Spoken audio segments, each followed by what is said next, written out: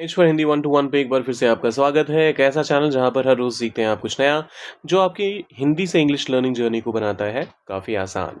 अब ये उखड़ा उखड़ा रहना हम हिंदी में तो कई बार बोल देते हैं, लेकिन इसे इंग्लिश में कहते क्या हैं?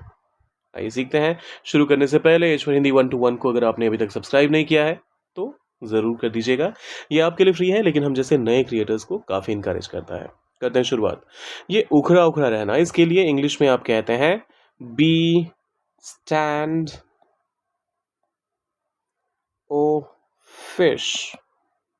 अब यहाँ पर दो चीजें हैं जिन पर मैं आपका अटेंशन लाना चाहूंगा। नंबर 1 कि स्टैंड अपने आप में एक कंप्लीट वर्ड है और फिश भी अपने आप में एक कंप्लीट वर्ड है।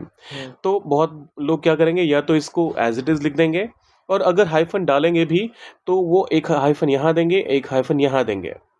अब ये पार्शली करेक्ट है। इसकी जो करेक्ट स्पेलिंग होती है वो होती है स्टैंड, फिर हाइफन, और फिर ये अ फिश, ये ऐसे लिखा जाता है, stand a fish, stand a fish. अब एग्जांपल्स देख लेते हैं फटाफट से। आजकल वो सबके साथ उखड़ा उखड़ा रहता है। ही हैज बिन, या फिर ही इज, चलिए ही इज ही कर देते हैं, ही इज। अब ये एडजेक्टिव है, उखड़ा उखड़ा रहना। इसके लिए जो हमने वर्ड अभी सीखा वो एक एडजेक्टिव है, standoffish. He is standoffish, he stand fish o fish. Office, इस तरह से ये ऑफिस है ना, जैसे हाँ। जो ऑफिस जाने वाला ऑफिस होता है, इसको ऑफिस की तरह ही प्रोनाउंस करेंगे हम, खाली स के बदले श कहेंगे। और fish, stand a fish, stand a fish, correct. So he is stand a fish सबके साथ, विथ एवरीवन। और आजकल के लिए आप क्या कहेंगे? लेटली, लेटली कह सकते हैं, दीज डेज भी कह सकते हैं, ऑफ लेट भी कह सकते हैं। तो ये सारे ऑप्शंस हैं, मैंने लेटली का यहाँ पर इस्तेमाल कर लिया because that's what you said.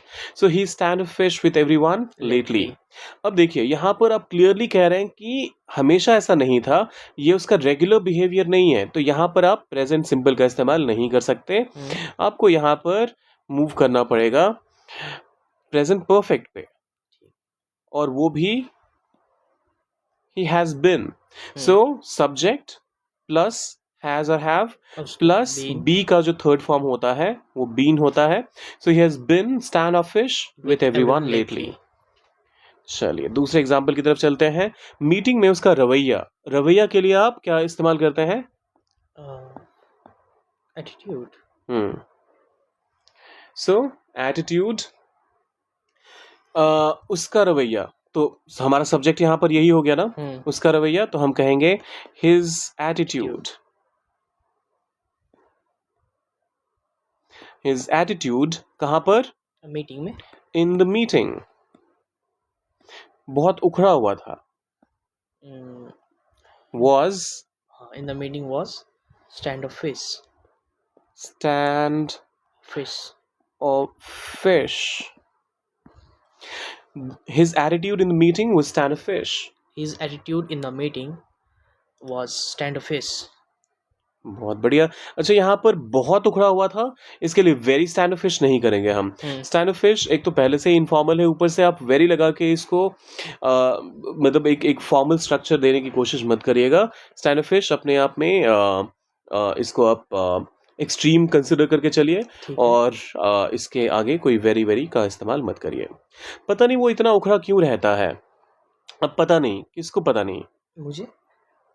तो आप ये भी कह सकते हैं आई डोंट नो, या फिर दूसरा तरीका, जब आपके पास सब्जेक्ट ना हो। वैसे तो जब सब्जेक्ट ना हो तो आप आई को कंसिडर करके चल सकते हैं, लेकिन दूसरा ऑप्शन आपके पास है नॉट श्योर।